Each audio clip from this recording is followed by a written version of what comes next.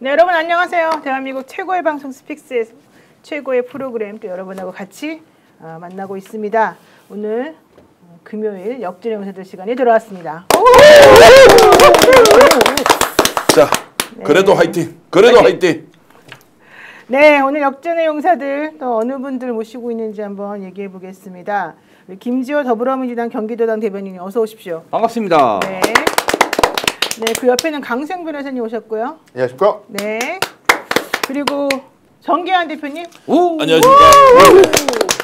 하도 요즘 취재하는 분이 많아가지고 저도 취재는 했는데 변별력 있게 설명하겠습니다. 좋습니다. 아주 우리가 반갑게 또 기다리던 그런 소식인데요. 그 옆에 오창희 인권연대 사무국장님 어서 오세요. 네, 안녕하세요. 자, 많은 분들이 지금 분노의 댓글들이 그냥 막 엄청나게 쏟아지고 있습니다. 이제는 그냥 너나 할 것 없이 모두 화가 나는 분위기인데요. 전 국민 인내력 테스트를 헌재하고 있습니다. 그러니까 너무 심한 거 아닙니까? 너무 심합니다. 네. 존재감 알리려고 이러는 거예요? 그러니까요. 참. 왜 이런지를 정말 모르겠습니다. 자, 오상. 저는 알 것 같긴 해요. 왜 그래요?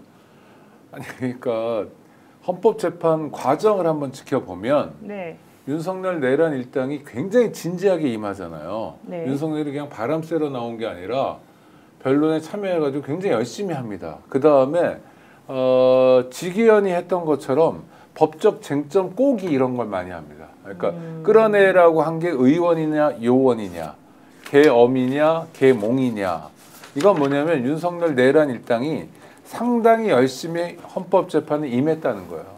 제가 취재한 바에 따르면 여전히 8대 0인데 문제는 내란 일당이 여태까지 봤던 이를테면 노무현이나 또는 박근혜 전 대통령의 탄핵에 대한 대응과 달리 그때는 두 사람이 헌법재판소에 오지도 않았어요. 그렇죠? 예. 근데 이번은 뭐 윤석열 꼬박꼬박 출석하면서 그래서 탄핵 결정은 하는데 인용을 하는데 계속 완성도를 높이는 시간이다라는 게 하여튼 오늘 오후 현재 취재한 결과입니다. 완성도를 높인다는 게 무슨 말이에요? 그러니까 결정문에 토시 하나라도 계속 보면서 논리들을 가다듬고 하는 시간들이 걸리는 것뿐이다. 또 하나는 만약에 뭐 SBS에서 보도한 것처럼 5대3 기각되거나 이러면 네. 상당히 위험한 상황이잖아요. 나라가 절단나는 상황이어서 네. 5대3의 5에 해당되는 헌법재판관들이 어떤 식으로라도 밖으로 신호를 보냈을 것 같아요. 근데 그런 게 지금 전혀 잡히지 않거든요. 네. 왜냐하면 우리가 다 한 다리 건너면 알고 다 아는 사람들인데도 뭐 비슷하게 아주 비슷한 방식으로라도 하는데 그러니까 그거는 너무 황당한 얘기인 것 같고 지금 현재 아주 위험한 얘기는 한 명 내지 2명 정도가 별개의 의견을 쓰는 것 같은 느낌도 든다 정도거든요. 그러니까 8대 0 인용은 틀림없다. 그러나 김지호 대변인 말씀하신 것처럼 기다리는 건 너무 힘들다. 그럼 언제 그런 게 된다는 거예요? 다음 주에 한다는 것 같은데 모르겠습니다. 이것도 저 계속 제- 불발이어가지고. 네. 근데 저는 제가 보니까 지금 이렇게 된 것 같아요. 5대3 이게 자꾸 나오는데 5대3이 아닐 것 같다는 생각이 확실하게 드는 것은 이유가 만약에 5대3이라 그러면 되게 위기잖아요. 5명 헌법재판관들 얼마나 답답하겠어요. 파면시켜야 되는데 안 되고 있다. 그러면 마은혁을 빨리 임명시켜가지고 6을 만들어야 된다는 절박함이 있을 거라고요. 그럼요. 현재 재판관들이. 근데 지난 한덕수 국무총리 탄핵 심판 때 기각 의견을 냈어요. 많은 진보 성향도 그렇고 5명이나 기각 의견을 냈잖아요. 뭐 김복형은 빼고 4명이 이건 위헌이라고 하면서도 파면을 안 시키고 그냥 중대하지 않다고 했다는 거는 마은혁을 임명을 반드시 해야 된다는 절박함이 없는 거예요. 이 사람들이. 그래서 그 상황이 아니고 제가 지금 추측하건 이 헌법재판소 이 규정들인 걸 종합했을 때 지금 8대 0이든 뭐 얼마든 결론이 났다고 하더라도 결정문을 써야 되잖아요. 근데 결정문 쓸 때 별개 의견, 보충 의견 이런 것도 써야 하는데 내가 다수 의견에 결론적으로는 동조하지만 난 근거가 달라. 혹은 나는 이런 점에서 좀 측면에서 좀 다르게 생각하고 있어. 어떤 사람이 한 명 있다고 쳐요. 근데 그 사람이 예를 들어서 평이 나와가지고 난 아직 좀 덜 썼는데 이거 전머리 아프네. 이래버리면 저 그 사람 무시하고 결정 못합니다. 그렇죠. 그게 문제인 거예요. 이쯤 되면은 헌재에 헌법재판관들이 말 못할 사정이 있는 건데 제가 지난 3년간 윤석열 정부의 말 못할 사정들 너무나 많이 봤습니다. 그럼 결국 뭐냐? 상식적으로 결론 내려질 게 비상식적인 결론이 나는 그 결과를 보면 대부분 국가 권력을 편취해가지고 사적으로 이용하고 서로 논아먹고 자리를 약탈하듯 노략질하듯이 그렇게 전리품 나눠듯이 서로 나눠먹다 보니까 상식적인 결론, 국민을 위한 권한 행사가 아니고 철저히 지들 이권, 자리, 보존을 위해서 사용한 경우가 많았고 저는 헌법재판관 일부도 윤석열 내란 잔당들에게 혹시 매수된 게 아닌가 이런 의심이 듭니다. 그러니까 지금 오창익 국장님이 얘기하는 거나 강승 변호사가 얘기하는 거랑 반대된 입장인 거예요? 우리 김주현 저는 대변인은? 한두 명의 헌법재판관들은 지금 이 결론을 내지 않으려고 철저히 방해 작업을 하고 있다. 방해? 그렇게 뿐이 의심할 수뿐이 없고요. 그럼 왜 그 사람들이 자기의 명예를 버리고 그런 무리수를 두냐? 결국은 윤석열 내란 잔당들이 그동안 철저히 이권 나눠먹기로 이렇게 관리한 게 아닌가 저는 그런 의심이 듭니다. 지금은 8대0이라는 이야기를 해버리면 희망회로 돌리느냐. 실제 8대0이면 이미 끝이 났다. 7대1이라도 끝냈을 것이다. 어떤 법률적 또는 헌법적인 기준으로 보더라도 무조건 탄핵이다라고 하기에는 설명 안 되는 부분이 결정적으로 이유 없는 지체예요. 설명하지 않는 지체에 대해서 우리가 8대0으로 간다는 걸 볼 수 없고 저는 지금 오늘 취재한 내용 왜냐면 워낙 취재원들이 많고 각자 취재를 하고 또 내피셜도 있고 현장 취재도 하는데 저는 얼마나 선명성이 있다 없다 말씀드려요. 왜냐하면 취재원을 공개할 수가 없기 때문에 분명한 것은 다음 주 월요일도 없다.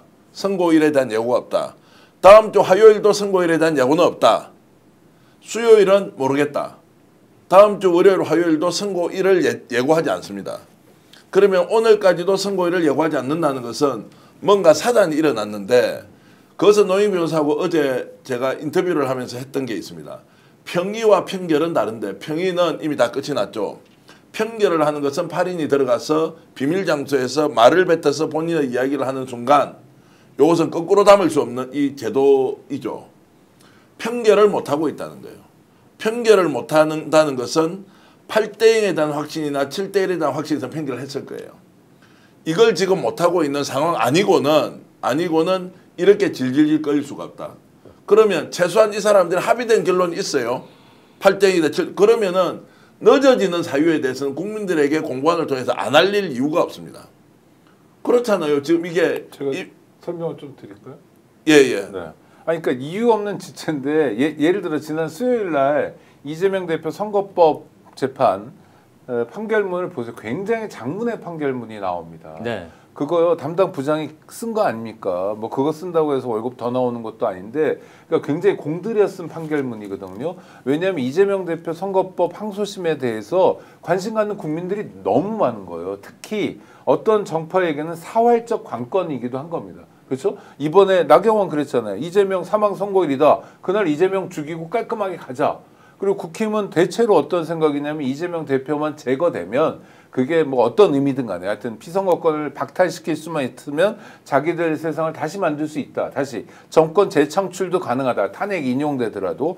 그러니까 굉장히 많은 관심을 갖는 겁니다. 재판부로서도 상식적인 부담이 될 수밖에 없어요.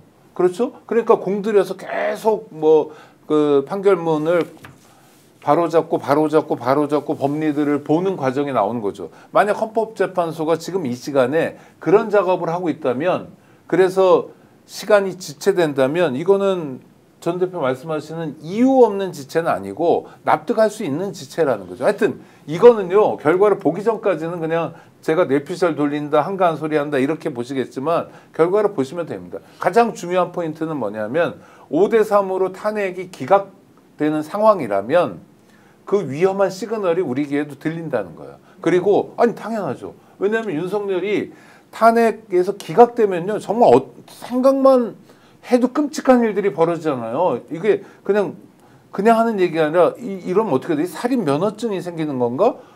구테타 면허증? 뭐 이런 게 생기는 건가? 앞으로 얼마든지 국민 계몽을 위해서 군을 동원할 수 있는 건가? 돌아온 윤석열은 어떤 모습을 보여줄까? 정말 이제 계몽 한 번 했으니까 잠자코 있을까? 더 극단적인 일을 벌이지 않을까? 하는 나라 걱정을 헌법재판관이나 헌법연구관들이 안 할 수가 없죠. 하죠. 그러니까 하는 얘기들은 어떤 방식으로라도 우리에게 들립니다. 근데 여태까지 그런 일은 없었다. 그래서 걱정은 되지만 네. 아주 많이 걱정 안 하셔도 자, 됩니다. 제가 좀 네. 반론을 하자면 네. 편결이 안 된 것은 확실해요.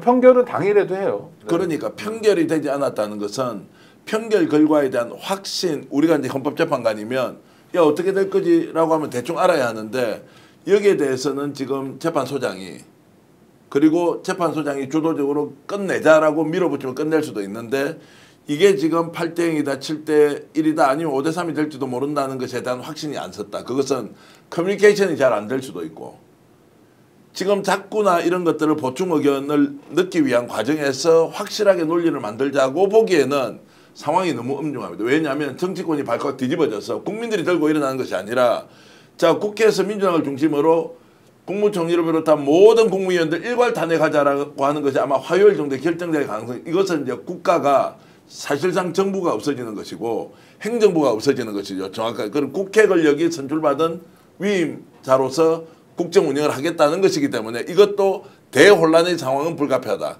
거기에 따르는 정치적 책임은 엄청나게 클 것인데 그것도 검토하고 있는 상황에서 자꾸나 내용에 대한 수정의 과정 정도로 가지 않는다고 저는 보는 거예요.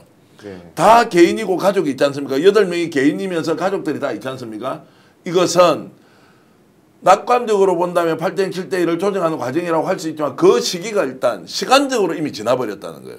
그리고 결론을 못 내고 있다면 의심하면서 최악의 상황을 가정하고 지금부터 준비하는 수밖에 없다라는 게 제 의견입니다. 그러니까 물론 제가 최악의 상황은 그러니까 제가 아까 플랜 B 만들어야 됩니다. 말씀드리다 끊겼는데 그러니까 제가 보는 것은 이제 헌재가 하나가 돼서 노력하고 있고 의견을 조율하고 그것이 아니고 제가 지금 판단하기에 한 명이 완전히 들어누운 것 같아요. 한 명 또는 두 명이. 그러니까 들어누운다는 말의 의미는 판결을 하기 전에 헌법재판관이 각자의 의견이 뭐 7대 1이든 6대 2든 뭐 이렇게 결론이 났다 하더라도 헌법소장 대행이죠 지금은 혹은 주심이 그냥 끝냅시다 이제 결정문 씁시다 그렇게 할 수가 없습니다. 절차상 그런 절차가 없어요.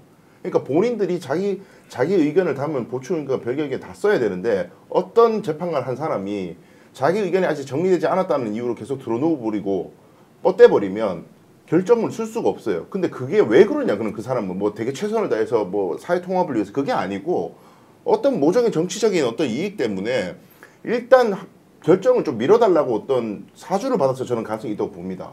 그래서 지금까지는 이재명의 공직선거법 판결 결과를 보자. 그거 후에 판단하자라고 주문이 들어가서 아니 자기가 이 계엄이 났는데 이 계엄해도 된다라는 판결문 쓰는 깡은 없고 늦춰지기만 해라. 타이밍만 좀 늦춰달라. 실제로 지금 국민의힘에 요즘에 지금 이재명 대표의 무죄 판결 이후에 일단 이건 어쩔 수 없고 최대한 늦춰야 된다. 탄핵이 되더라도 늦춰야 된다. 이 얘기 계속 나오거든요. 그러니까 어떤 재판관이 자기가 깡으로 계엄해도 돼. 이런 판결문을 참 못 쓰겠지만 늦출 수는 있다. 한 명이라도 자기 결정 안 쓰면 물경을 안 쓰면 결정문 못 쓴다. 이걸 이용한 게 아닌가 그래서 오늘 그게 국회에서 이재명 항소심 선고까지 늦춘 것 같은 느낌도 들긴 해요. 그러니까요. 아니 근데 오늘 국힘에서 문형배 너 판결 안 하고 선고 안 하고 4월 18일에 도망갈 거야? 그러면 안 돼. 이런 얘기도 나왔지 않아요? 저 그런 사람도 있는데 어떤 사람 박수영 같은 사람은 지금 이렇게 된 이상 늦춰야 된다. 시간을 벌어야 된다. 박수영 의원은 거론할 예. 가치도 없어요. 박종훈 국회의원 같은 경우는 친한계는 현재까지도 윤석열 대통령에 대한 탄핵을 해야 된다 이런 입장이지 않았습니까? 근데 박종훈 의원 입장이 갑자기 바뀌었습니다. 한 친한계가 다 바뀐 거예요, 그건. 예, 갑자기 바뀌었습니다. 지금 이 상황에서 윤석열 대통령 탄핵하면 대권 넘겨줘야 되는데 그냥 버티자. 저는요, 아까 정치적 이득에 따라서 어떤 헌법재판소 일부가 시간 끌기를 한다고 생각하는데 저는 정치적 이득이라고 보지 않고요. 이권을 뭔가 받았고 뭔가 캥기는 게 있기 때문에 윤석열의 어떤 이득이 되는 피해가 되는 그런 결정을 하면 본인도 다칠 수 있다는 확신 때문에 지금 죽기 살기로 헌법재판소의 그런 과정을 중단시키고 있다. 지연시키고 있다. 저 그렇게 생각합니다. 자, 제 의견을 좀 말씀드리면 우리 오창익 대표께서 말씀하신 대로 8대 0, 7대 1로 가고 있는데 시간을 좀 두고 기다리자. 좋습니다. 그리고 우리 강수영 변호사 말씀대로 한 사람이 버티고 있다. 버티고 있는데 이거 어떻게 할 거냐. 기다리자는 것의 그러면은 한계는 언제냐. 한 사람이 끝까지 버텨서 4월 18일까지 한 명이 들어 누웠다 치고 이거를 못할지도 모른다. 선고가 이루어지지 않는다. 라는 전제에 대한 계획을 짜야 된다는 거예요. 5대3과 8대0의 논쟁은 의미가 없을 수도 있어요. 그런데 어떤 경우이든 지금 이것이 중단이 된 상태에서 지체가 되면서 4월 18일까지 갔다. 다음 주 지나고 다음 주 가지 않습니까? 어떻게 할 거예요? 수습책이 있냐고. 그때는 헌법재판소의 내부 사정을 전혀 모르는 우리가 헌법재판소만 바라보고 제발 판결을 해달라, 선고를 해달라고 정말로 인정 기우제 지내는 거 비슷한 상황으로 갈 수밖에 없다. 헌재가 메시지를 주지 않기 때문에 그런 거고 헌재 내부 사정을 모르기 때문에 그런 것인데 그러면 8대0이나 7대1이나 5대3이나 아무 의미가 없다는 거예요. 지금 그것이 지체가 되어서 안 됐을 경우에 국회는 어떻게 하고 국민은 어떻게 할 것인지를 논의하고 거기에 대해서 일종의 플랜 B, C, D를 실행 가능한 BCD를 지금 만들어야 한다. 이제 이것이 가장 중요하다고 봅니다. 맞습니다. 이재명 대표가 그 언젠가 유튜브 인터뷰하면서 하긴 늘 안 좋은 상황, 뭐 플랜 B, C도 같이 생각하고 있다. 총선 개표 상황을 그 반추하면서 아마 그랬던 거로 제가 기억하는데 당연히 B, C 만들고 있고요. 그 중에 하나가 오늘 민주당 초선 의원들이 성명을 발표한 겁니다. 그러니까 내용 우리 구독자 여러분 기억하시죠? 네, 30일이라는 게 이번 주말이거든요. 그러니까 일요일까지 결정하지 않으면은 전부 다시 한덕수랑 최상목 탄핵하고 그리고 이 탄핵은요 사실 헌법재판관들에 대한 탄핵도 가능한 카드로 가지고 있습니다. 물론 엉망진창이 돼버릴 가능성도 있지만 그러니까 다행히 민주 세력이 국회에서 다수당을 차지하고 있다는 건 우리가 그래도 기댈 수 있는 거잖아요. 윤석열 일당이 내란을 일으켰는데도 불구하고 몇 시간 만에 계엄 해제 요구를 통해서 내란을 1차적으로 극복할 수 있었던 건 국회 다수의 힘이거든요. 그렇죠. 그래서 플랜 B, 플랜 C, 플랜 D 작동되고 있고요. 시민들도요. 시민들은 플랜 B를 짜지 않더라도 만약에 탄핵이 기각되면 어떻게 되겠습니까? 저는 전면적인 총파업 투쟁에 들어갈 거예요. 총파업이라는 게 민주노총만 하는 게 아니라 변호사들도 도당도 다 내려놓고 그렇죠? 그다음 길거리로 나올 겁니다. 굉장히 많은 사람이 정말 역사적인 장면을 연출할 거예요. 그 거센 민중의 파도 앞에서 견뎌낼 정파나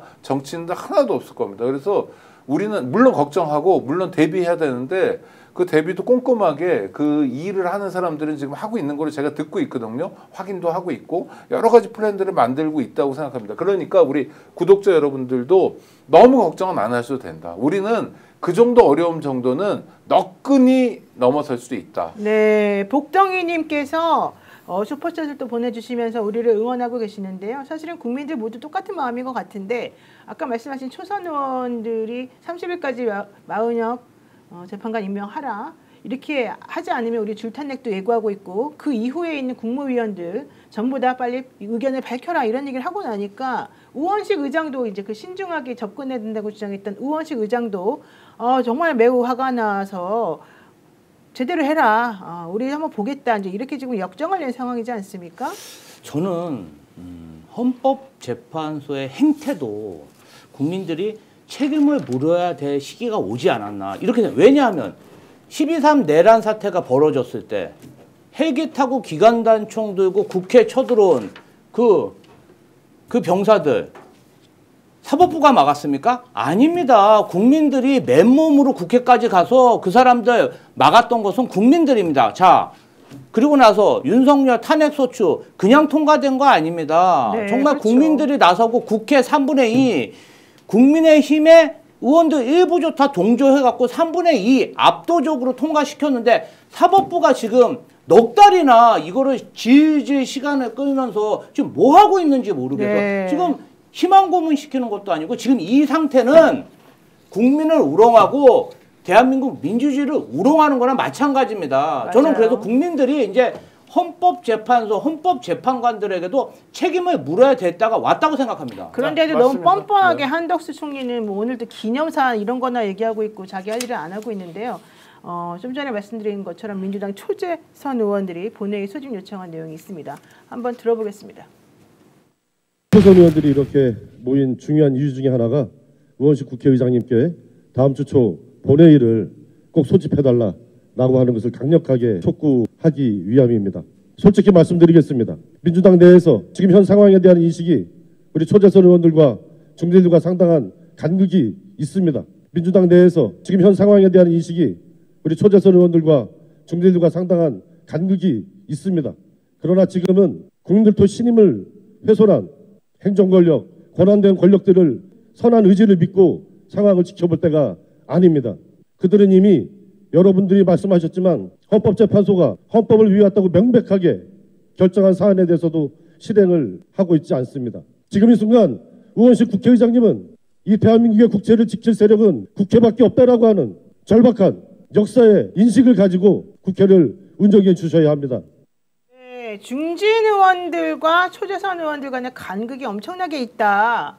이 얘기는 결국에는 탄핵을 시키고 빨리 결정하고 뭔가 행동에 옮겨야 된다라고 초재선 의원들이 생각하고 있는데 그걸 지금 막고 있는 중진 의원들이 있다는 얘기잖아요. 공개적으로 저 이야기를 한다는 것은 어젯밤 오늘 오전까지 집중적으로 지도부든 이제 당 내에서 논의가 시작됐습니다. 네. 자, 저 정도면 탄핵을 적극적으로 시키자. 어느 법인까지냐. 자, 한덕수, 최상목, 나머지 국무위원들까지 줄탄핵이 아니죠. 일괄 탄핵을 시켜서 네. 아예 국회가 장악하고 가야 한다. 자, 조금만 기다려보자. 조금만 기다려보자. 문제의식은 충분히 동의한다라는 게 이제 중진들의 일반 의견이고 중진 중에서도 바로 가야 된다는 게 있는데 여기서 지금 민주당이 잘못하는 게요. 저렇게 문제 제기를 해서 중진들이 움직여야 하는데 최종 결단은 이재명 민주당 대표가 하는 수밖에 없지 않습니까? 어떻게 할 건지. 그러려면 어떤 결정을 하더라도 좋으니 여기에서는 일괄 탄핵까지도 우리는 전적으로 지도부에 위임한다. 결단을 내리고 우리가 극단적으로 패배하더라도 이 문제는 국민의 믿고 우리가 끝까지 가겠다. 이재명 민주당 대표가 책임 있게 이것을 주도해 나가길 바란다. 라고 하는 결의는 최소한 나와야 되는 거예요.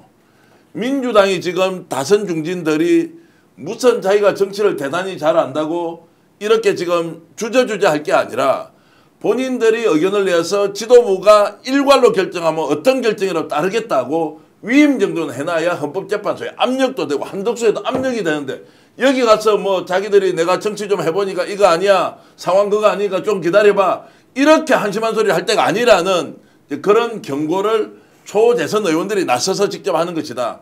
잘못됐다. 신중하자는 것이 잘못됐다는 것이 아니라 시기적으로 최우선의 판단을 무엇으로 할 거냐에 대한 절박한 마음이 담겨있는 성명이라고 봅니다. 맞습니다. 근데 사실은 명단이 궁금하긴 하네요. 아니, 중진 의원들 누군지. 아니 공개적으로 기자들 앞에서 카메라 앞에서 간극이 있다고 말하는 건 엄청난데? 실제로 큰 네. 간극이 있는 거죠. 저는 지적을 잘했다고 생각하고요. 우리 전교현 대표 말씀하시는 것처럼 이거는 이재명 대표를 중심으로 해서 전면적인 투쟁을 벌임으로써 해결할 수밖에 없는 상황이거든요. 네. 그러니까 선의로 믿을 수 있는 건 지금 별로 남아있지 않습니다. 선의로 믿었으면 애초에 내란 사태가 없었죠. 선의를 믿으면 안 되죠. 그렇죠. 네. 그게 이제 우리가 가져야 될 자세인 것 같고 민주당의 일부 선수 높은 사람들이 좀 좋게 보면 유연한 거고 나쁘게 보면 순진하고 뭐 또 자기 위주로 이렇게 봤던 것 같은데 오늘 저 기자회견을 통해서 중요한 경종이 울렸다고 생각합니다. 앞으로는 뭐 좋은 방향으로 잘 나갈 거라고. 사실 저렇게까지 공개적으로 얘기한다는 거는 중진 의원들에 대한 경고라고 나는 생각이 그럼요. 들고. 그 이제 제가 당대표 정무조정 부실장으로 있다 보면은 이제 국회에 있는 의원총회를 매번 들어가서 참관할 일이 많았는데요. 일주일에 2, 3회 정도. 제가 유추해 봤을 때 중진 의원들이 어떤 얘기를 했냐 하면요. 아마 이런 얘기 했을 겁니다. 한덕수, 최상목에 대한 탄핵을 추진해야 된다. 이런 얘기를 하면은 중도가 싫어합니다. 이렇게 탄핵하면 경제는 누가 책임집니까? 이런 식으로 하면서 굉장히 껌껌이 반대 의견을 냈을 거고요. 초재선 의원들의 생각은 이런 걸 겁니다. 우리가 12월 3일 이후에 평화적으로 탄핵을 하고 새로운 정권을 만들고 조기 대선을 하기 위해서 기다려왔는데 인내심을 가지고 국민들과 초재선 의원들이 기다렸더니 최상목이와 한덕수가 국민과 민주당을 가지고 놀고 있는 모습을 보고 있는 겁니다. 최상목, 한덕수뿐 아니라 검찰이 국민을 가지고 놀고 있고요. 헌법재판관 중에 일부가 국민을 조롱하고 가지고 놀고 있는데 언제까지 민주당이 참아야 되냐. 그 울분을 저는 얘기했다고 생각합니다. 저희 좀 네. 구체적으로요. 네. 구체적으로 지금은 대책을 만들어야 되니까 대표님 말씀하신 대로요. 두 가지 시나리오가 유력한데 5대 3에서 주저하고 있다. 혹은 지금 뭐 압도적인 다수가 탄핵 의견이지만 한두 놈이 들어누워 가지고 결정을 못 내고 있다. 어떤 시나리오든 대비를 해야 되는데 예를 들어서 5대3이면 40명만 임명되면 해결돼 이렇게 생각하시는 분들이 많잖아요. 그래서 지금 국회의장도 오늘 보니까 권한쟁의 심판 청구를 오늘 저녁 8시에 했다고 합니다. 한덕수에 대해서 임명 안 하는 행위에 대해서 속보가 나왔는데 근데 40명이 임명이 되면은 6대3이 된다고 단순하게 생각하지만 지금 변론 종결된 다음에 임명이 돼버리면 변론을 다시 열어야 돼요. 변론 다시 열고 다시 변론하고 그러면 윤석열 측에서 튀어나와가지고 처음부터 다시 하자. 증인신문 다시 하자. 이런 식으로 헐리우드 액션 지연작전 충분히 있을 수 있어요. 그럼 마흔역이 옛날에 이런 얘기 나오면 마흔역이 임명이 되더라도 그냥 자기가 회피해버리면 빨리 끝난다 이런 얘기를 했는데 지금 만약에 5대3이라면 굉장히 오래 지체될 가능성이 있어요. 마흔역이 임명되더라도 그런 문제가 1번 있고요. 그 다음에 지금 1명, 2명이 누워가지고 결정문을 못 쓰게 계속 시간을 끝나면 마흔역을 임명해도 소용이 없습니다. 계속 들어놓을 거니까요. 그럼 4월 18일에 대해서 문영배, 이민선이 나갔다. 그럼 2명이 퇴임한다. 그런 상황이 되고 또 1명 마흔역도 임명이 안 됐다. 그럼 6명이잖아요. 6명이서 아무것도 못해요. 그러면 이 상태에서 한덕수가 그냥 윤석열 임기 끝날 때까지 계속 대응한다? 이론적으로는 그럴 수도 있는 거예요. 그럼 이런 상황에서 그럼 어떻게 막을래 이걸? 하려면 할 수도 있습니다. 이 완전 기상천외한 생각이라고 생각하실 수도 있지만 충분히 그럴 수도 있어요. 저는 이렇게 생각해요. 네. 실제 그 4월 18일 날 문영배, 이민선 재판관이 이제 퇴임이 예정되어 있지만 실제 그렇게 되면 6명밖에 안 남기 때문에 헌재가 완전히 망가지잖아요. 그렇죠. 마비가 되고 그럴 때는 이 2명의 퇴임 효력 정지 가처분을 신청을 해야 된다고 생각해요. 네. 그리고 지금 이 헌법, 두 명의 헌법 재판관들의 퇴임 효력 집행 정지를 그러니까 효력을 멈추도록. 지금 그리고 헌법재판소법이 발의된 게 그 임기가 종료되더라도 후임이 임명되기 전까지는 계속 직을 유지해야 된다. 그렇게 하려면 또 네. 본회의 통과해야 되고 또 현재 그러니까요. 있는 이 대행들이 또 거부권 행사하고 뭐 난리가 날 거니까 일단은 가처분을 먼저 신청을 해가지고 이게 먼저 통과되도록 한 다음에 본안에서 처리할 수 있도록 하는 게 맞거든요. 저는 실제 어떤 상황인지 모르지만 한덕수나 최상목이 특히 한덕수요. 지금 복귀하자마자 뭐라고 그랬습니까? 헌법재판소 결정에 사람들이 동의해야 된다. 이러면 안 된다고 뭐 공권력 어쩌고 이런 얘기하면서 마흔역 후보자에 대한 임명 안 하고 있잖아요. 네, 최상목이 진짜 똑같잖아요. 뻔뻔하죠. 네. 그런데 이거는요. 이건 정말 대놓고 벌이는 위법 행위이잖아요. 이건 의도가 있는 것 같아요. 이건 뭐냐면 헌법재판을 어떻게 하든 그러니까 탄핵 심판을 어떻게 연기를 하든 뭘 하든 간에 분탕제를 해보겠다. 뭔가 영향을 주고 싶다는 욕구입니다. 그런데 이 사람들은 공직자 출신들이잖아요. 대한민국이 어떤 나라입니까? 법치주의 국가 아닙니까? 법의 지배. 그래서 제가 뭐 오늘 방송 주면서 그런 거 찾아봤어요. 뭐 1215년 마그나카르타 그렇죠? 벌써 언제적 일입니까? 함무라비 법전이요. 기원전 1755년이에요. 그러니까 지금부터 3780년 전에도 어땠냐면 법이 권력자들을 지배했어요. 그러니까 다른 건 몰라도 법원의 결정이나 법의 지배는 따라야 되는 거예요. 공직자는 제일 먼저. 근데 한덕수는 대놓고 그러니까. 최상목은 대놓고 지금 어깃장을 놓고 있거든요. 그래서 국회는 다른 사람이 우선해서 한덕수 최상목의 반법률적 행태에 대해서는 철퇴를 가야 된다 그러니까. 생각합니다. 이거는 민주당 의원들이 얘기하는 것처럼 탄핵을 다시 하는 것밖에 없어요. 네, 맞습니다. 자, 그래서 어쨌든 공격적으로 해야 될 필요가 있다고 생각하고요. 자, 예. 한번 따져봅시다. 지금 우원식 국회의장이 오늘 그러면 효력정지 뭡니까? 권한쟁의 심판했잖아요. 권한쟁의 심판 며칠 만에 끝냅니까? 헌법재판소에 이제 권한쟁의 심판이 접수가 되면 며칠 만에 끝내는지 아무도 이야기 안 해요. 한참 걸리죠. 아니요, 최소 2주가 걸려요. 꼭 끝났는데 그럼 권한쟁의 심판 해봐요. 뭐. 이 사람들은 모여갖고 야 이것만 먼저 가져와서 권한쟁의 심판 하자는 게 있냐고. 절차를 충실해서 우리는 법에 따라서 간다는 것을 형식적으로 국민들한테 알리는 것은 의미가 있으나 실효적 측면에서 지금 권한쟁의 심판 해봐야 아무 시간 안에 할 수 있는 게 없어요. 노변 좀 전에 말씀하셨지만 자 이게 그럼 임기가 종료되는 헌법재판관 2사람 문영배, 이민선 재판관에 대해서 가처분 신청 충분히 할 수 있어요. 효력정지. 헌법에는 6년이라고 딱 못이 박혀 있고요. 연장을 할 수 있는 어떤 조건도 법에도 없고 헌법에도 없습니다. 이거를 만약에 재판부가 근거가 없어서 판결을 못하겠다라고 하는 순간 두 사람을 완전히 잃어버릴 수가 있는 거예요. 자, 우리가 수단으로서는 효력정지에 대한 연장에 대한 것도 가처분 신청할 수 있고 또 지금 그 임명을 하지 않은 것에 대해서도 뭔가 조치를 할 수 있지만 이게 시간이 2주밖에 없는 상황에서는 그건 역시도 우리를 안전하게 보호해 줄 수는 없다 지금. 그 이게 명확한데 그러나 지금 이제 민주당과 우원식 국회의장은 그래도 법을 지키자. 그래도 절차를 자르자고 하는 것이 시간이 2주밖에 안 남은 상황에서 할 수 있는 게 없다. 상대는 뭐냐? 뻗치기로 끝까지 18일까지만 버텨주면 대혼란 상황에서 그 뒤 뭐냐? 이제는 윤석열도 복귀가 안 되고 여야 합의에서 깨어난 수밖에 없어요. 이걸 국민들이 받아들일 거냐 그러면. 한 사람은 뻗치기를 했는데 4월 18일까지 가버리는 거예요. 두 사람은 공석이 돼버려. 민주당이 지금 후폭풍을 생각하든 순풍을 생각하든 뭐 똥풍을 생각하든 그럴 여가가 지금 없는 상황이어서 다음 주 월요일이든 화요일이든 결단을 내려야 하는데 그 결단은 초법적인 결단이 아니라 국회가 가지고 있는 권한으로 일괄 탄핵을 시키고 국가 경영 우리가 책임지겠습니다. 국회 권력이 책임을 지겠습니다. 국민 여러분. 안 되면 우리를 심판해 주십시오. 그런데 이 극악무대한 세력들이 하는 것 특히 한덕수, 최상목 진짜 나쁜 XX들 아니에요. 위원이라고 지정해서 지명을 하라는 걸 안 해. 근데 이놈은 밖에 다니면서 남보고 다 법 지키라 그래. 사회 통합하자고 정말 말도 안 되는 소리를 하고 있는데 이들을 남겨두는 거요. 이게 정말 민심을 우리가 따르는 것이냐. 철퇴를 가해야 된다고 했죠. 그것은 국회가 가지고 있는 모든 권한을 다 동원해서 네. 선출된 국회 권력이 조치를 해야 한다고 저는 봅니다. 네, 맞습니다. 어쨌든 그래서 지금 현재 이 헌재에서 어떤 생각을 하고 있는지와 민주당이 그래서 어떤 플랜 B와 C를 작동시키고 있는지에 대해서 사람들이 다들 궁금해하고 있는데 오늘 박주민 의원이 CBS 박지영의 한판 승부에 나오셔가지고 헌재 재판관 2명에 대한 얘기를 했습니다. 이걸 한번 들어보겠습니다.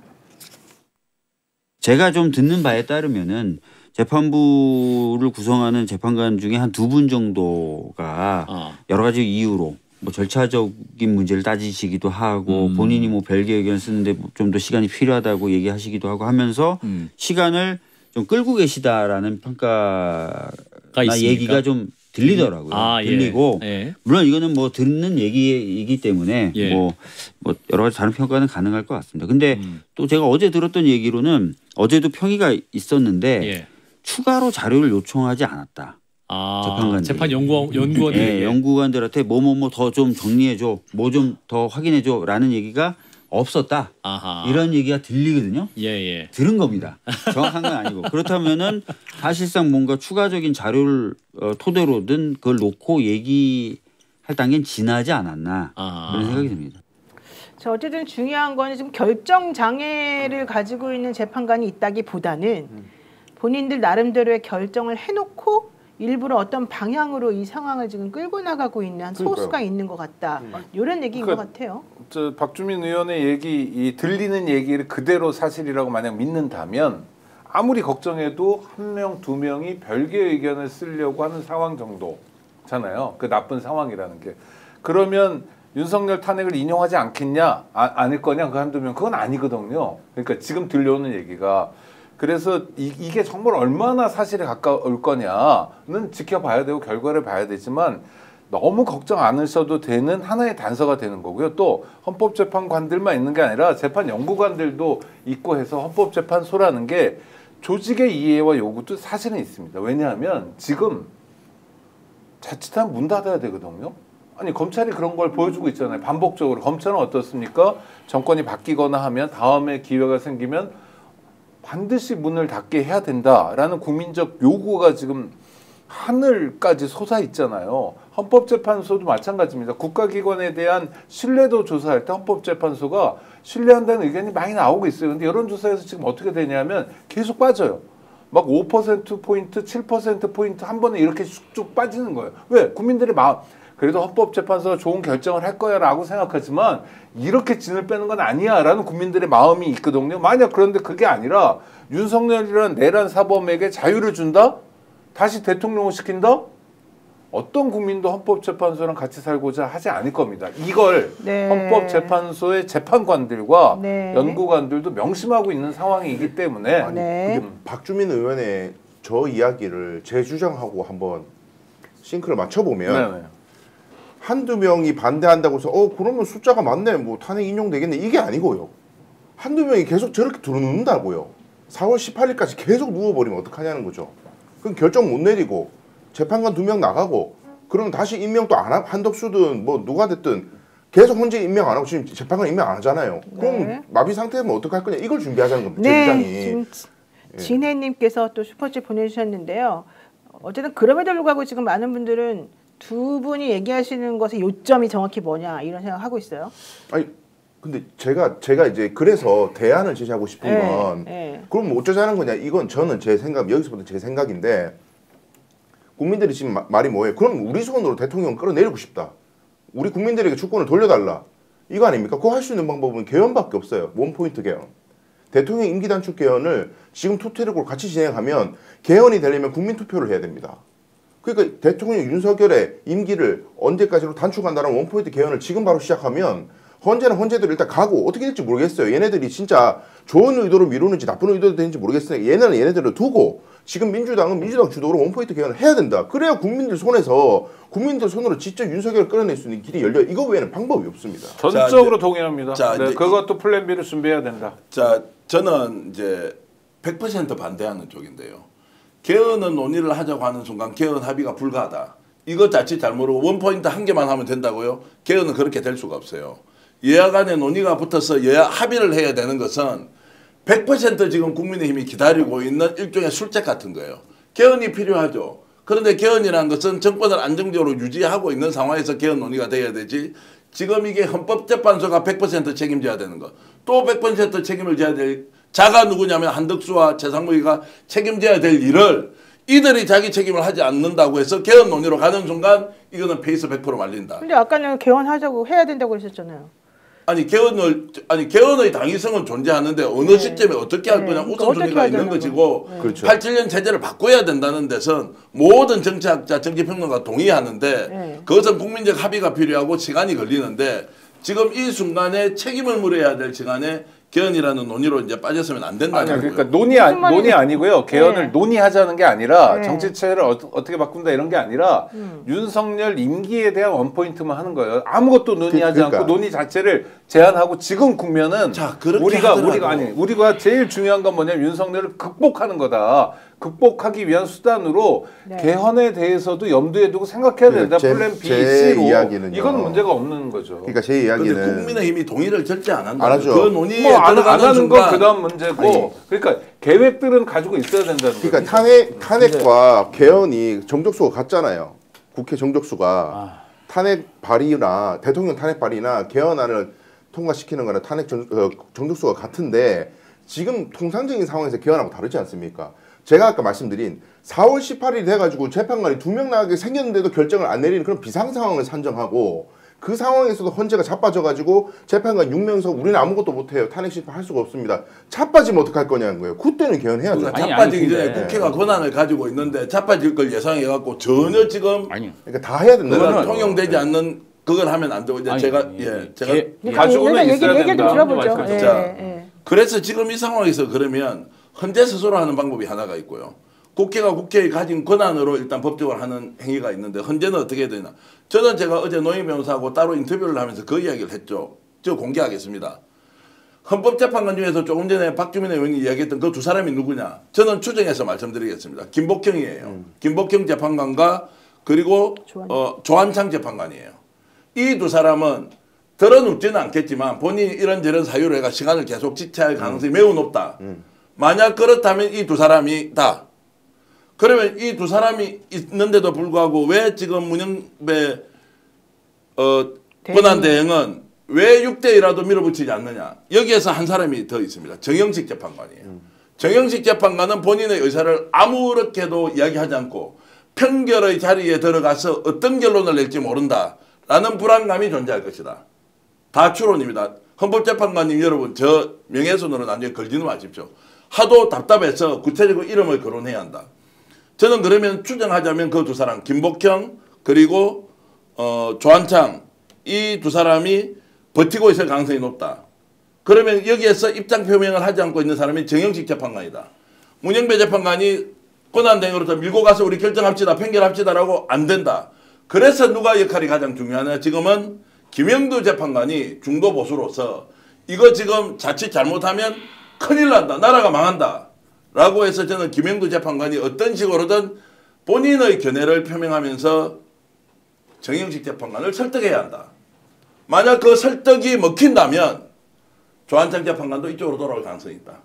그래서 저는 8대 7대 1의 가능성을 열어놓고 구체적인 이름을, 그러면 제가 다 틀렸을 수 있습니다. 제가 혼자 하는 이야기가 아니라 헌법학자들하고 지금 이 일이 터지고 나서 지속적으로 논의를 하고 그리고 추적 하나하나를 각기 다르게 취재를 하지 않습니까? 성향, 그리고 지금 발언 내용, 그리고 지금 현재의 상황들을 봤을 때는 키는 김영두 재판관이 가지고 있고, 김영두 재판관이 누구를 정영식 재판관과 나라를 살리는 길이 뭔지 결정하자라고 하면서 문영배 재판관이 평결을 하는데 확신 가지고 들어갈 수 있도록 하는 것.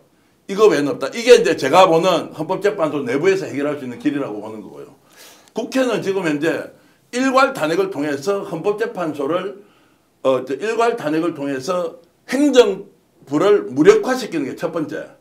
두 번째, 그 무력화된 상황에서 빨리 지금 입법을 해놓은 게 있지 않습니까? 재판관 임기가 끝이 나면 후임 재판관이 임명될 때까지 연기할 수 있다는 지금 법안이 제출되어 있거든요.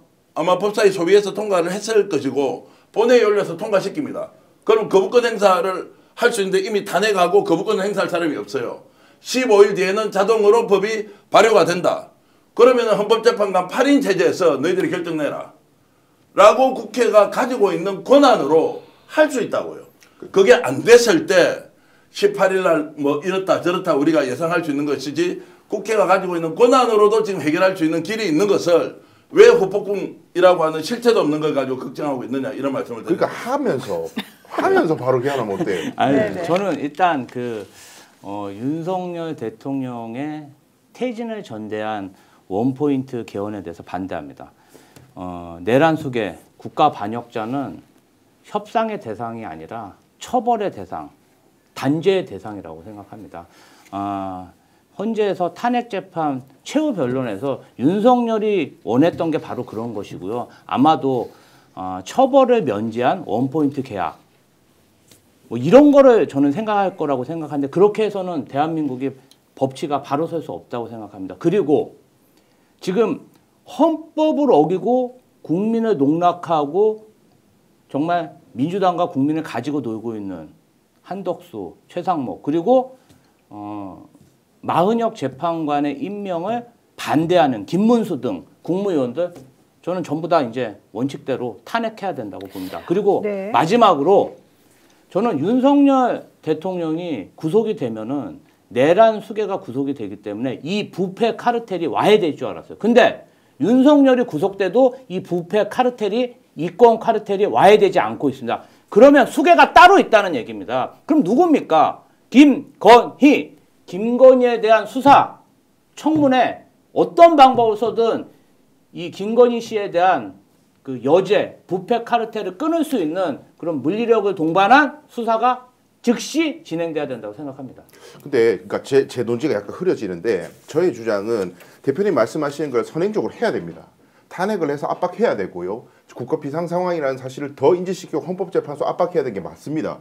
근데 그럼에도 불구하고 4월 18일까지 아무 움직임이 없을 것도 대비해야 된다는 차원에서 말씀드린 거고, 개헌 논의가 왜 어려운가 하냐면, 이낙연 같은 사람이 개헌 논의하고 뭐 다른 사람만 개헌 얘기하는 거 보면 뭐 의원 내각제를 해야 되니, 대통령의 권한이 너무 집중돼갖고 이런 일이 생겼으니까 체제를 바꿔야 되니, 이 이야기 싹 빼고요. 그건 지금 논할 수가 없어요. 이 비상 상황에서는.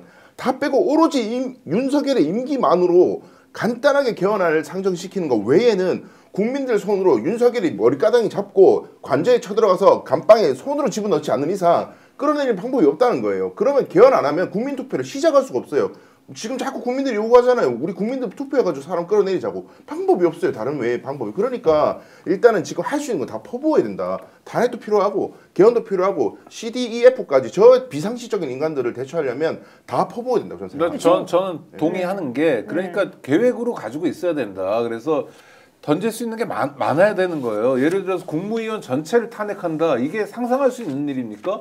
그런데 내란 사태 과정에서는, 그러니까 대통령을 탄핵하는 것도 사실 내란 이전에 상상 못했잖아요. 그 약간 금기시 되는 거였어요. 이 사람이 문제투성이고 범죄꾼인데, 그렇지 않습니까? 내란 외환이 아니면 소추도 안 되니까 어떻게 할 수가 없다. 부부가 다 범죄꾼인데도 우리가 참고 기다리다가 드디어 탄핵으로 갔잖아요. 빗장이 열린 겁니다. 그리고 권한대행을 탄핵한다는 건 상상을 못했잖아요. 지금까지 반추해 보면. 근데 한덕수가 그런 모습을 보니까 한 거예요. 그리고 맨날 탄핵이냐라는 정치적 공세에도 불구하고 최상목 탄핵까지 왔던 겁니다. 돌아왔잖아요. 한꺼번에도 보낼 수 있다는 거예요. 그러니까 지금은 모든 카드를 다 만지작거려야 되고요. 매우 이례적인 매우 귀괴한 집단하고 싸우고 있는 거예요. 말장난하는. 계엄이 아니라 계몽이에요 하고 부끄러운 티도 안 내는 이상한 집단하고 싸우기 때문에 국회도 할 수 있는 모든 준비는 다 해야 된다. 네. 그거는 B에서 멈추지 않고 C, D, E, F 다 갈 수 있다라는 거죠. 네, 그건 문제가 아니라는 그래서 거예요. 지금 그 탄핵 얘기 나오고 이제 우리는 더 이상 물러서지 않겠다는 뜻을 확고히 보이니까 헌재에서도 조금 반응이 달라지고 있다면서요. 월화는 없다고 이제 했는데 네. 수요일은 어떻게 되냐? 수요일은 근데 재보선 날 아닙니까? 4월 2일 날? 아니 그 이제 뭐 날짜를 이렇게 언제인지 예고하는 것은 뭐 불가능하지 않으니까 월화는 없다는 쪽이고요. 공지도 없다는 거예요. 공지 월화에 이제 윤석열 탄핵 선고일을 공지할 가능성이 없다라는 게 제 취재의 내용이고요. 그러면 수요일은 어떻게 되느냐라고 했을 때 그것은 결정된 바가 없다고 하는데 오늘 오후부터는 헌법재판소가 민주당에서 일괄 탄핵을 시키더라도 네. 헌재를 믿을 수 없다는 내용들에 대해서 상당히 흔들리고 있다라는 것은 이제 효과가 일정하게 나타나는 거 아니냐. 국민적 압박과 국회에서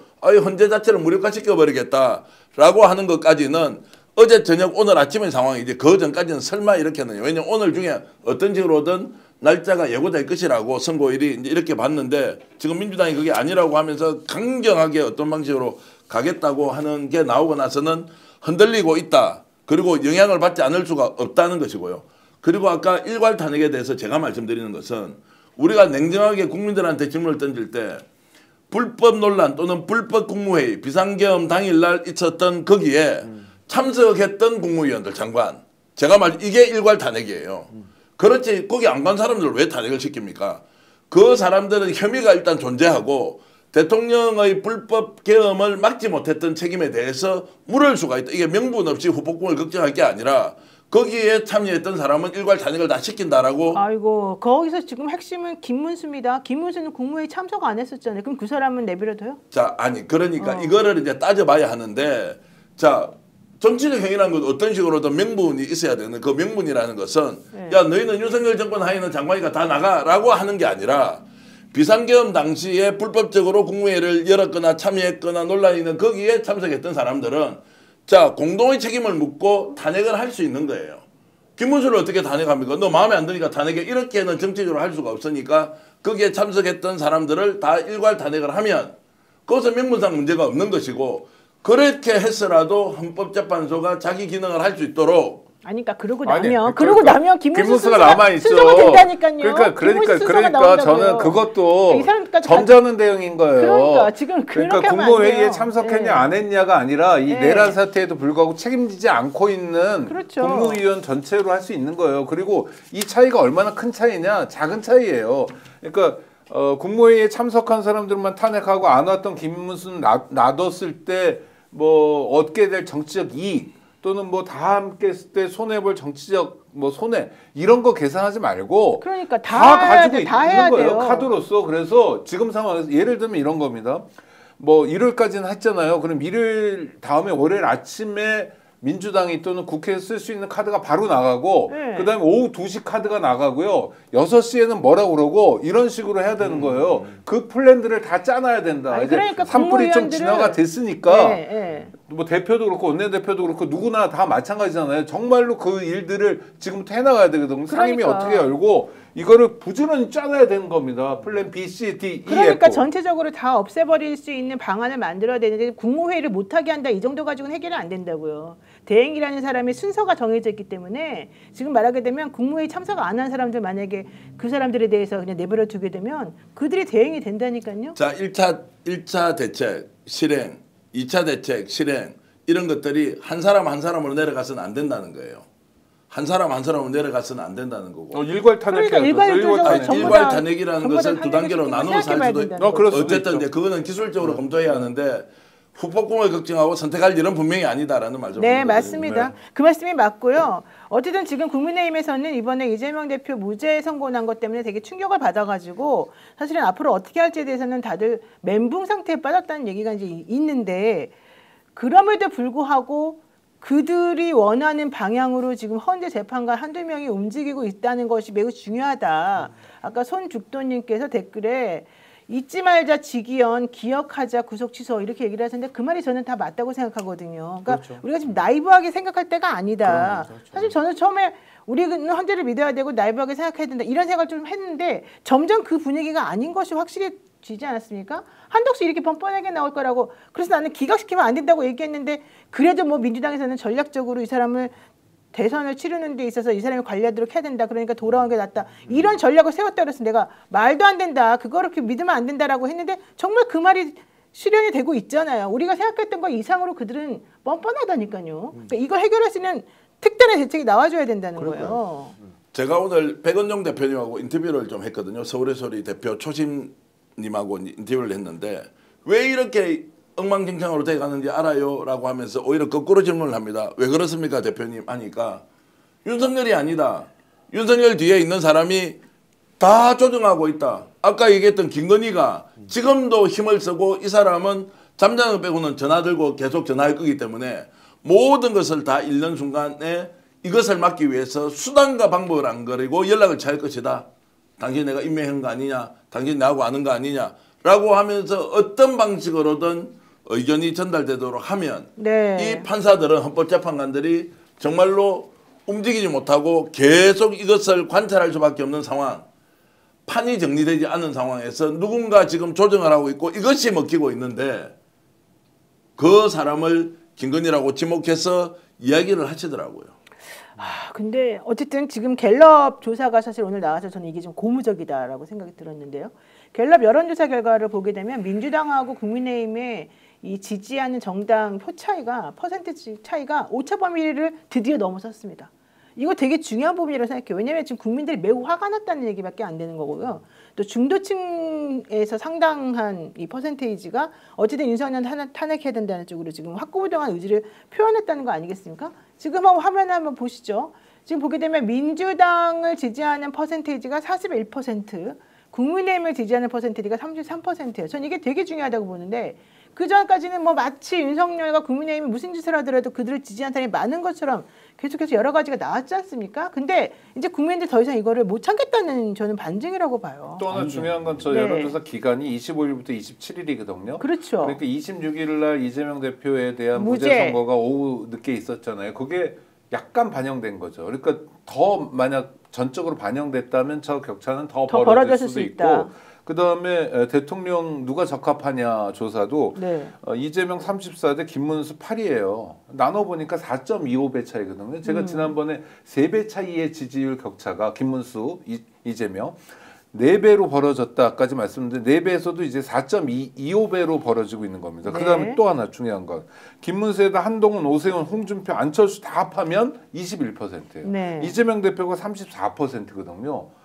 굉장히 압도적인 차이를 보여주는 거고 이 차이는 더 벌어질 거다. 사실 저 퍼센테이지 저런 식으로 차이 나는 건 옛날부터 했는데 오히려 이번에 이재명 대표 무죄 판결이 정확히 나오면서 그동안에 정말 검찰이 너무했구나. 이재명 대표가 현실적으로 정말로 이들로부터 탄압당한 게 맞았구나. 정치적으로 보복당했구나. 이거를 우리가 다 느낄 수 있었던 것 같고 그렇죠. 이 판결문을 보면서 야 그렇게 엉터리 판결이 1심에서 있었어? 이렇게 생각하시는 분들이 사실 좀 많았던 것 같아요. 그럼요. 이거 되게 의미가 있는 중요한 것 같아요. 인정을 했다는 거 아닙니까? 그리고 이제 대통령 후보로서 움직이는 차기 정권의 국민 대표로서 이제 이재명 대통령에 대한 인식이 이번에 산불 현장에 갔을 때도 그렇고 여러 가지 이제 상황으로 보면 이게 지금 우리가 중도층이 봤을 때는 속았구나. 이렇게 저렇게 하는데 알고 보니까 무죄라는데 그 판결문을 한번 보세요. 그걸 읽어보고 요약된 걸 보면 이래서 이 사람이 정치적 탄압을 받았구나 라는 확신을 줬다는 것이 아마 이제 좀 더 반영이 될 것이고 무엇보다도 다음 주 초에 민주당이 어떤 선택을 하느냐가 결정적일 수 있다. 여기서는 좌고우면하지 말고 원칙대로 밀어붙여서 하는 이야기 있지 않습니까? 이재명 민주당 대표 잘 아시지만 자 가장 어렵고 고통스러울 때 누구를 믿고 가느냐. 나는 늘 국민을 믿고 갔다. 이걸로 국민에게 확고한 믿음을 주는 것. 그러면은 상황은 오히려 더 빨리 진척되고 종결될 수 있다. 그다음에 재판한 날 있잖아요. 무죄 선고 받자마자 안동으로 내려갔잖아요. 이런 거는 정말 기가 막힌 것 같아요. 그러니까 물론 재판을 받아야 되지만 끝나자마자 제일 먼저 한 일이 뭐냐면 안동 가서 사람도 그 안 좋은 일도 당했잖아요. 뭐 테러 비슷한 일도 있었고 막 욕한 사람도 있었고 어쩌고저쩌고 그랬지만 굉장히 의연하게 이렇게 받아내더라고요. 그래서 좋은 지도자다운 모습을 보여주는 것 같아서 그건 반가웠습니다. 그러니까 지금 저 여론조사의 저는 의미는 민주당이 걱정하지 말아라. 원칙대로 해라. 그래서 결과적으로는 이걸 인용시킬 수 있도록 헌재를 압박해도 된다. 국민들이 많은 분들이 오히려 지금 그것을 바라고 있고 안 그러는 것 때문에 지금 이 혼란스럽고 이 분통 터지는 상황에 대해서 매우 스트레스 받아하고 있다. 지금 그 얘기를 지금 하고 싶었던 거거든요. 자, 국민들의 일반 정서는 네. 헌법재판소 내에서 정치적 성향 때문에 나는 원래 보수야, 나는 중도야, 진보야 이런 것 때문에 사람이 계속 이렇게 그냥 말을 하세요. 네. 죄송합니다. 제가 하도 흥분을 해가지고 오늘은 그냥 끼어들 수가 없습니다. 그냥 아니, 하십시오. 뭐 예. 잠깐만 짧게 말씀드리겠습니다. 네. 그러니까 국민들이 이 헌법재판관들의 정치적 성향 때문에 정치색이 없는 중도층의 사람들은 아, 저 사람 보수인데 아, 저 사람 진보인데 이러면서 판단을 사실 잘 못할 거 아니에요. 야, 저 사람은 분명히 여당과 편견을 가지고 어떻게 할 거라고 생각이 있었는데 며칠 지나면서 헌법재판소 자체가 야, 이거 아닌데? 원래 헌법재판소 이렇게 하는 거야? 국민들 우롱하고 무시하고 그리고 당연히 결론 내야 될 거 결론도 안 내는 걸로 가니까 헌법재판소 기구 자체에 대한 문제로 국민들이 인식하기 시작하는 거예요. 그러니까 야, 이 사람은 믿을 수 없어 라고 하니까 더욱더 확고하게 민주당 그리고 국회가 자기 역할을 할 수 있도록 국민들이 용인을 하는 과정에 있다. 이것을 저는 잘 읽어야 한다고. 그리고 저는 이 갤럽 여론조사를 헌재 재판관들도 좀 꼼꼼히 따져봤으면 좋겠습니다. 본인들이 지금 하고 있는 이 정치질 때문에 혹은 내지는 비겁한 이 행동 때문에 국민들이 얼마나 힘들어하고 있는지 근데 현재 국민 다수의 생각은 무엇인지를 이번에 이 갤럽 여론조사를 헌재 재판관들이 보면서 깨닫지 않을까 생각이 들거든요. 저는 좀 이런 말씀을 드리고 싶어요. 네. 진짜 위기가 왔다. 4월 18일까지 결정이 안 나면 대한민국은 그 이후로는 사실상 무정부 상태, 내전으로 돌입하게 됩니다. 아니 정말 국민들이 가만히 있을 것 같습니까? 그 윤석열 내란숙에 이렇게 방치하는 정부나 헌재에 대해서 국민들이 가만히 있을까요? 저는 사실상 내전 초읽기로 들어갔는데 그러면 그런 때 위기일수록 저희가 뭘 해야 되냐? 원칙대로 해야 됩니다. 헌법을 어기는 공직자? 이제는 우리가 탄핵시켜야 되는 거죠. 그렇죠. 언제까지 이 사람들을 방치하고 우리 민주당의 엘리트 중진 의원님들 이렇게 말씀하시죠. 좋은 게 좋은 거다. 어차피 조기 대선 되면 민주당이 집권하는데 왜 손에 피를 묻히려고 하냐.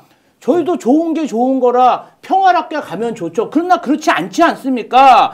김건희 씨가 윤석열 대통령이 구치소 있을 때 면회도 안 가면서 뭘 했겠습니까? 자신이 여태까지 뿌려놓은 은덕들, 이권들, 자리들, 정보들, 매간매직으로 쌓은 그 덕업들을 가지고 어떤 일을 했겠어요. 지금 대통령실에 있는 행정관들, 부처에 있는 공무원들, 검찰, 헌재에 있는 법관들, 법비들 다 지금 김건희 씨가 컨트롤 타워대로 움직이는 그 시뮬레이션대로 움직이고 있는 게 현실 아닙니까? 더 이상 자고우면 하면 안 되고요. 이제는 법 어기는 공직자들 하나하나 쳐내야 됩니다.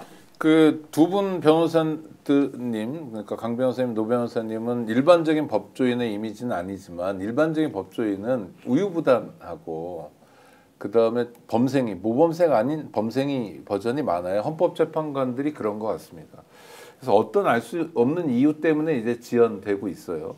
그게 뭐 누가 들어누웠다, 누가 뭐 별개 의견이다, 하여튼 뭔지 정확하게는 모르겠고 들려오긴 하지만 하여튼 이례적 지연 사태는 분명합니다. 근데 헌법재판소 재판관들이 지금 명심해야 될 건 헌법재판소 문 닫을 수도 있다는 게 국민적 의지라는 거예요. 그렇죠. 그러니까 헌법기관이다 이런 거 없어요. 국민들은. 헌법기관이 대통령도 헌법기관이 국회의원도 국민들이 가자는 방향으로 가지 않는다면 최소한 내란 극복도 하지 않겠다면 문 닫아버리겠다는 국민적 결단이 있거든요. 그렇죠. 이거 되게 무서운 결단입니다. 네. 그래서 헌법재판관들은 이번 주말 거치면서 정말 물어보면 돼요. 또 알잖아요. 자기 또래들도 다 있고 왜 모릅니까? 그래서 정말 국민이 어떤 존재인지를 살피면 전 조만간 결론 나올 거다. 네. 내일 아마 저 광화문 집회에도 생각보다 굉장히 많은 많은 분들이 사람들이 나올 나올 거예요. 거예요. 이건 이제 네. 진짜 위기가 왔다는 걸 느끼고 헌재를 유일하게 믿고 있었는데 헌재도 믿을 수 있는 대상이 아니다. 이것은 누누이 강조드리지만 보수 진보 중도의 문제도 아니다. 헌법재판소는 국민 위에 군림하는 조직도 아니고 마지막 대한민국의 보루로서 헌법을 지키는 기관인데 이들도 우리 헌법을 버릴 수 있겠구나라고 하는 그 위기감. 그렇죠. 지금은 헌법재판소의 책임을 물어야 하는 시간이라고. 맞습니다. 저는 일단 내일부터 하루하루가 이제 골든타임이 계속 지나가기 때문에 정말 백가정명의 이야기가 나올 거로 생각하는데 일단 탄핵을 추진할 때 이게 기각되면 나중에 후폭풍이 되지 않을까 이런 생각 없이 지금 비상 상황이다. 이건 전적으로 동의하는 바고요. 네. 그 다음에 헌법재판소는 이번에 인용 판결을 하더라도 아마 국민들로부터 굉장한 지탄을 받을 겁니다. 그렇죠. 이거 쓰려고 이때까지 고민했냐는 얘기 분명히 들을 거예요. 그래서 국민 손으로 대통령을 끌어내리자는 이야기는 나올 수밖에 없습니다. 탄핵이 인용되더라도 이대로 인용되면 더 화날지도 몰라요. 아마 그 판결문 보면 더 허망할지도 몰라. 그러면 헌재 재판관도 임명 안 하는 거 아니에요? 그러니까 이러나 저러나 혼나는데 뭐. 근데 어쨌든 국민들 입장에서는 이미 너무 화가 났고 너무 늦어버려서 반드시 이 부분 시정이 돼야 될 것 같고 그 다음에 탄핵 때문에 주저하는 사람들 중에 정치적인 주판을 잡고 굴리는 사람들이 있는데 지금 국민들 그렇게 한가지 않다. 정말 죽을 지경이다. 이 생각을 다시 한번 해주셨으면 좋겠고요. 어쨌든 지금 이제 헌재 재판관들의 행동을 보고 아 진짜 헌법재판소법이나 우리나라 헌법이나 이런 것들이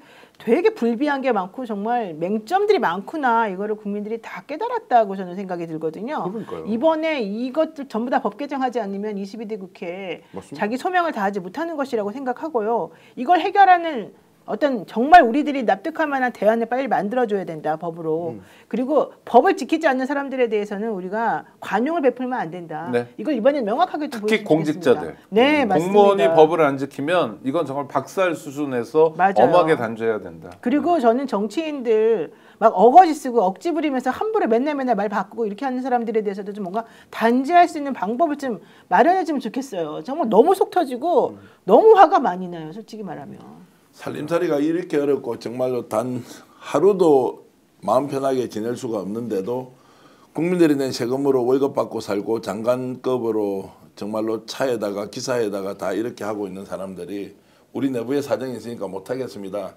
이거 정말 대한민국 인정해 줘야 됩니까? 정말로 그들은 그렇게 해서 똑똑해서 판사가 됐으니까 그렇게 우리 위해서 정말 선비처럼 우리는 그냥 노비처럼 살아야 되고 이런 대한민국이 맞느냐고 아니지 않습니까? 네. 저는 헌법재판소에 재판관의 가족, 친지들 다 있을 거 아니에요.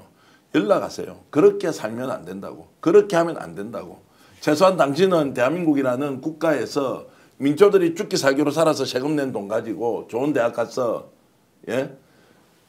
판검사 해가지고 다 저까지 간 거 아니에요. 대한민국이 태어나서 그렇게 된 거지. 자기가 뭐 잘나서 그렇게 된 거예요. 누군가 만들어놓은 터전 위에서 그 높은 자리에 올라가서 차와 그리고 막강한 권한과 여러 가지 이런 후속적인 지원들을 받고 있지 않습니까? 국가로부터. 네. 그런데 지금은 자기들이 군림하고 있는 이것을 어떻게 국민들이 용납하느냐. 옆에 있는 사람들 이야기 좀 해주세요. 정신 좀 제발 차리라고. 이야기 네. 엄청 많이 하고 있다면 초등학교 동창들부터 해가지고 네, 난리가 아니고요.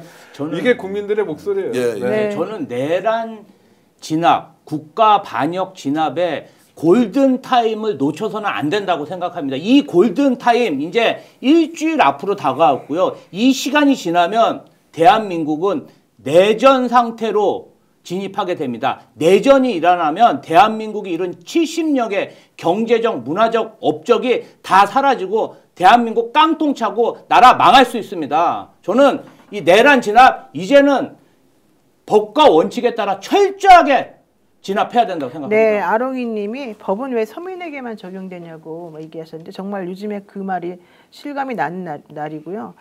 명언에 이런 게 있어요. 노예가 주인을 만든다. 주인이 노예를 만드는 게 아니고 노예가 주인을 만든다는 겁니다. 그 얘기는 노예 근성, 노비 근성 이런 것들 때문에 우리가 행동하지 않고 그냥 멍하니 지켜만 보고 있으면 아무것도 나아지지 않는다는 거고요. 정치인들 그들은 자기네들의 안위를 위해서 행동하지 않은 이런 여러 가지 것들에 대해서 우리가 면죄부를 주면 안 된다. 이런 취지로 저는 생각이 들거든요. 한마디만 하면 독일의 유명한 법철학자 예링이 했던 말. 네. 권리 위에 잠자는 자의 권리는 누구도 보호하지 못한다. 국민이 헌법 위에 자고 있으면 못하는 거고요. 내일 토요일 집회를 통해서 국민들이 살아있음을 보여주면 헌재 아니라 그 누구라도 국민 곁으로 다가올 수밖에 없습니다. 화난 국민은 많이 모인 국민은 노무현 대통령식으로 표현하면 깨어있는 조직된 국민은 그렇죠. 정말 무섭거든요. 맞습니다. 저는 정말 최상목 대행이 환율 방어 못한 책임을 지금 물어도 시원찮을 판국에 자기가 국채를 2억 원어치를 미국 국채를 사가지고 환율 장사하고 자기가 이렇게 이 시국에 그런 장난질을 쳤다는 게 너무 화가 많이 나고요. 심우정 검찰총장 주식 서학개미로 써야 아주 그냥 이름을 드높이던데 이런 여러 가지 것들 오세훈 시장 이런 사람들 예를 들어보면 와 정말 이 사람들은 나라를 생각하는 사람들이 아니구나 이런 느낌을 좀 받았거든요. 고위공직자 재산 신고 저는 와요. 깜짝 놀랐어요. 아니 불경기에 다 주는데 다 늘었어. 그냥 재산이 늘어나는 게 중요한 게 아니라 어떻게 이렇게 뻔뻔하게 자기가 못 지켜놓고 자기는 거기서 돈을 벌려고 환율 가지고 장난치는 이런 상황이 지금 됐으니까 물론 그 사람이 그랬는지 안 그랬는지 모르겠지만 정말 충분히 의심이 가는 상황이거든요. 이번에 뭔가 생각이 바뀌어서 그렇습니까? 원래 그 사람들은 본성이 그래서 드러난 것뿐입니까? 원래 사람이 원래 갑자기 그랬죠. 원래 그런 자기만 사람들이겠죠. 사랑해. 그러니까 겉으로 나와서 오세훈이나 언론 볼 때 기자들 앞에서는 마치 고귀하게 잘 사는 것처럼 해놓고 뒤에 가서는 자기 딸 특혜 취업시키고 그것도 국가기관에 그러면서 국가기관을 또 동원해서 가짜 거짓말 해명서 내고 자기들끼리 가면은 다 봐주고 어떤 놈은 반대자는 끝까지 정말 수십 명 수백 번씩 수십 명을 동원해서 수백 번씩 압수수색해서 끝까지 도륙 내려고 하는 그들이 누구냐? 대한민국을 지금 끌어가고 있던 소위 말하는 먹물던 놈들, 기득권들, 그 검찰, 관료 뭐 이런 인간들 아닌가요? 이제 적나라하게 봤으니까 우리가 어떻게 해야 되는지 네. 선택만 남았다고 봅니다. 자 어쨌든 한덕수, 최상목 대행 진짜 반성해야 되고요. 이들에 대한 단죄 반드시 필요하다. 저는 이번에 그냥 넘어가더라도 혹은 헌재가 선고를 하더라도 이 두 명에 대한 단죄는 무조건 필요하다. 이거는 정말 제 개인적인 소신이기도 하고 대한민국의 앞날을 위해서도 반드시 필요한 일이라고 생각합니다. 네, 여러분들 많이 감사드리고요. 자, 한입 꽃게장 말씀 한번 드리겠습니다. 국내산 꽃게장 인터넷 최저가 한 통에 1,900원이고요. 꽃게는 물론이고 부재료까지 전부 국내산으로만 가득 채웠습니다. 경영푸드라고 하는 회사에서 만드는 한입 꽃게장인데요. 간장게장, 양념게장 두 가지 다 준비했으니 입맛대로 골라서 한번 드셔보십시오. 한 통당 1,900원이고요. 배송비는 별도로 3,000원이 들어갑니다. 더보기 링크 찾아보시면 경영푸드 링크가 있거든요. 여기서 클릭하셔가지고 주문하실 수가 있습니다. 국내산 한입 꽃게장, 간장게장 1kg, 양념게장 500g, 교차 선택도 가능하다고 합니다. 네, 그리고 또 두 번째 말씀드릴 거는 국내산 유기농 봉동 생강으로 만든 정성손길 생강청입니다. 지금같이 아침 저녁 일교차가 큰 시기 황사로 인해서 목이 칼칼하실 때 봄철 식사 후 나른해질 때 약해진 목을 보호해주고 면역력이 아주 탁월한 제품이 바로 생강청입니다. 당뇨 있으신 분들 식사 후에 한 잔씩 드시면 혈당도 낮춰준다고 합니다. 3병을 구매하시게 되면 최대 할인을 받아서 한 잔당 약 900원으로 생강차를 즐길 수 있는데요. 3병이면 100잔 타서 드실 수 있는 양이라고 합니다. 온라인 주문이 어려우신 분들이나 제품 궁금한 게 있으시면 1899-7846, 1899-7846으로 전화하시면 주문 및 상세한 안내가 가능합니다. 한정 수량이고요. 특별 할인 행사하고 있으니까 이 기회를 놓치지 마시고요. 이런 그 유튜브 채널에서 광고하시는 이런 제품들은 정말 서민들의 제품입니다. 여러분들께서 정말 선택하시고 또 같이 클릭해 주시면 그것만으로도 이분들이 잘 살아나갈 수 있습니다. 네. 자, 제가 댓글 하나 읽어드리겠습니다. 중도들도 1번, 2번 둘 다 싫어서 안 찍었지만 현재는 어느 길로 가야 하는지 다 알 것입니다. 용산의 왕거머리들 무조건 내려야 합니다. 제발 국민소환제로 우리 손으로 내리게 해주세요. 진짜 내전 가다가 전쟁이 일어납니다. 네. 라고 하면서 우리 김지호 대변인 말씀과 동일하게 이렇게 의견 주신 봉쓰리네 님께서 이제 슈퍼챗도 보내주셨는데 저도 부탁 말씀 하나 드리면 노영희 TV에 대해서 좀 여러분 적극적으로 관심 가져주십시오. 우리는 133만 명을 넘어서고 있는 노영희 TV 지금 몇 명입니까? 20만이 좀 넘었죠. 20만 좀 넘었는데 오늘 이 방송 보시는 지금도 뭐 15,000명 가까이 보고 계신데 노영희 TV 영친이들 구독 안 하신 분들이시면 구독 좀 해주시고요. 김지호 TV는 지금 만들고 있습니까? 아 지금 9,200명입니다. 9,200명. 김지호 TV도 여러분들 꼭 구독해 주시고요. 스픽서 구독 좋아요 눌러주시면 133만 명, 134만 명 이렇게 네. 달려갈 거니까 여러분들이 이렇게 응원해 주시는 덕분에 스픽서, 노영희 TV, 김지호 TV 모두 함께 성장하도록 여러분들이 동지애를 가지고 적극적으로 밀어주시길 진심으로 부탁드리겠습니다. 네, 마지막으로 와이킴님 처벌도 제대로 하지 않고 화합, 통합을 이유로 반성하지 않은 자들을 용서해 왔으니 저들은 자신들이 권력만 쥐면 자신들의 허물을 다 덮을 수 있다고 생각하는 게 아니겠습니까? 그 밑에서 해먹는 사람들 어차피 나는 머리가 아니니 빠져나갈 수 있다 이렇게 생각하고 계속 해먹는 것 같아서 슬픕니다. 이런 얘기 하셨는데 전적으로 동감하고요. 그런 상황을 깨부실 수 있는 게 바로 우리들의 힘이다. 이 말씀을 드리겠습니다. 네, 오늘 역전 영상을 시청해 주셔서 감사드리고요. 저희는 또 다음 주에 뵙겠습니다. 고맙습니다. 감사합니다. 스픽스는 말하는 언론입니다. 대세는 유튜브, 그중에서 스픽스. 좋아요, 댓글, 구독, 알림 설정.